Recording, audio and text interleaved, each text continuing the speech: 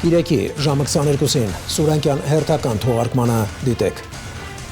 Կապանի փողոցները հեղեղած դեղնավուն անձրևաջրերն ու կավարտի հանքի հետևանքները, ով է մեղավոր կատարվածի համար եւ ինչ ազդեցություն է ունենում հանքարդյունաբերությունը մարդկանց առողջության վրա։ Ես դեմ եմ, որ այդ կոչանբարը որպես գյուղի բնակիչ կառուցվի։ Գերությունը, որը շահագործել է կավարտի հանքավայրը, սնանկ է ճանաչվել։ Այստեղ անասուններ են մտնում արածում, վտանգավոր, խիստ։ Անձրևների ժամանակ մենք ուղղակի տեսնում ենք դրա ավելի վառ պատկերը։ Տեսանելի է չարվորակ հիվանդությունների աճ։ Կոչանբարները, որոնք գործում են կամ չեն գործում, ոչ բոլորն են ռեկուլտիվացված։ Երեխան ստեղից հանում, երեխու ցաները անցնում։ Համացանցում ատելության խոսքը գեներացնողներն ու օդակարտի մեջ հեշտությամբ ընկնողները, ինչու են խոցելի հատկապես տարեցկանեկ եւ ինչպես են օրենքը ընտրողաբար կիրառում։ Թույլատրելի է այսպես խոսել, թույլատրելի է սպառնալ։ Այստեղ ստանդարտը հակառակն է։ Ինձ մոտ ծիծաղ էր առաջացնում։ Լսում են կոչում են ես եւ դուք։ Լսում են ոստիկանները։ Ինքան սկզբունքային ծաղրացու է։ Ինչքան բարձր է պաշտոնը, այնքան ավելի իրան քննադատության պետք է ենթարկվեն։ Կարկոտը ծեծաստեղն է ծեծում կամ գյուղացու անվերջանալի հոգսերը, ինչու են կորցրել հավատը ապահովագրության համակարգի նկատմամբ եւ ինչու է կառավարությունը գրավորական կեցվածք ընդունել։ Կլիման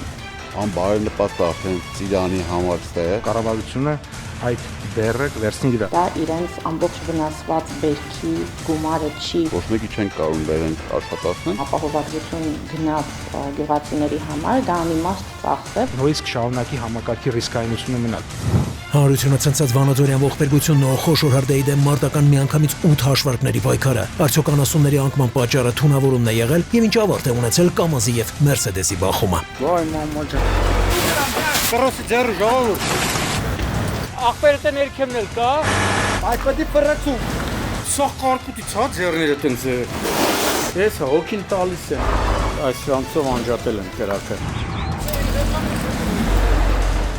Աշխարհի բեռը շալակածին օգնության հասածներն ու երեխայի բուժման համար հավաքված անհրաժեշտ գումարը, երբ է պատրաստվում վերանորոգել փոքրիկ բնակարանը եւ ում շնորհիվ վերականգնեց կյանքի նկատմամբ հավատը։ Բացեցի հեռախոսս, մեկ է տեսնում, երբ կա 8,000 նստել է։ Վերջապես իմ երեք արեմ գիտեմ սեփական սեղանում։ Կտանեմ հիվանդանս գնալեմ։ Ես չեմ ուզում հեռախոս, թե երեխեքին լինի։ Խաղալու, գալու, խաղալու է, լվացք տանեմ, քուր երեխեքս քաղաքներն կյանքում իրեն չի տեսել դուրախ։ Ապրեն են մարդիկ, որ աջակցել է։